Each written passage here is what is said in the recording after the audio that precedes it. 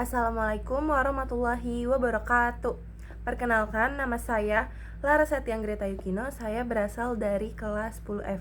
Kali ini saya akan membacakan materi tentang bab 4, yaitu tentang NKRI. Selamat menyaksikan. Baik, yang pertama itu ada desentralisasi dan otonomi daerah.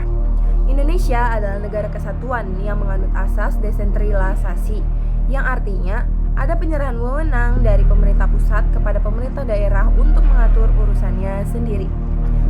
Desentralisasi adalah penyerahan wewenang pemerintah oleh pemerintah pusat kepada daerah otonom untuk mengatur dan mengurus urusan pemerintahan dalam sistem NKRI.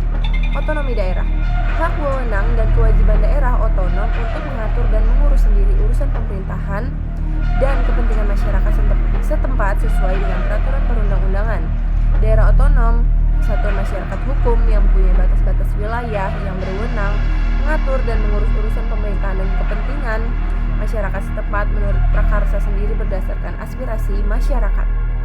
Asas pelaksanaan otonomi daerah. Asas desentralisasi, penyerahan wewenang dari pusat daerah. Lalu yang kedua itu ada asas dekonsentrasi, pelimpahan wewenang dari pemerintahan pusat kepada gubernur sebagai wakil pemerintahan pusat daerah. Lalu yang ketiga itu ada asas tugas pembantuan, Met de Bewin, penugasan dari pemerintah pusat kepada daerah dan atau desa untuk melaksanakan tugas tertentu.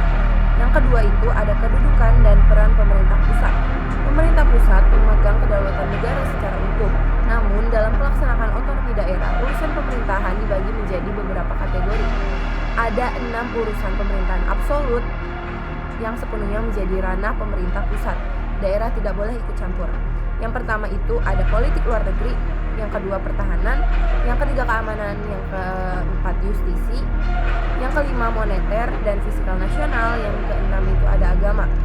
Lalu fungsi pemerintah pusat dalam otonomi daerah itu ada fungsi pelayanan, service function, memenuhi kebutuhan masyarakat secara adil dan merata. Fungsi pengaturan, regulatif function, membuat kebijakan dan regulasi untuk menjaga stabilitas negara. Fungsi pemberdayaan, empower function, meningkatkan kemampuan masyarakat agar bisa mandiri. Yang ketiga itu ada kedudukan dan peran pemerintah daerah. Pemerintah daerah terdiri atas kepala daerah, gubernur atau bupati atau wali kota, dan DPRD, Dewan Perwakilan Rakyat Daerah. Dibantu oleh perangkat daerah. Urusan pemerintahan konkuren, urusannya yang dibagi. Urusan ini diserahkan kepada daerah dan menjadi dasar pelaksanaan otonomi daerah. Dibagi menjadi 2, urusan pemerintahan wajib, pelayanan dasar pendidikan, kesehatan pekerjaan umum, perumahan, ketentraman, dan ketertiban umum, serta sosial, non-pelayanan dasar, tenaga kerja, pangan, lingkungan hidup, perhubungan, dan lain-lain. Urusan pemerintahan pilihan, urusan yang nyata ada dan berpotensi meningkatkan kesejahteraan daerah. Contoh, kelautan pariwisata, pertanian, kehutanan energi, dan mineral. Lalu yang keempat itu ada hubungan struktural fungsional pusat daerah. A. Hubungan struktural adalah hubungan yang didasarkan pada tingkatan dan jenjang kelembagaan dalam pemerintahan. Presiden merupakan pemegang saham kekuasaan tertinggi dalam pemerintahan. Gubernur bertindak sebagai wakil pemerintah pusat di wilayah provinsi untuk membina dan mengawasi pemerintahan kabupaten atau kota.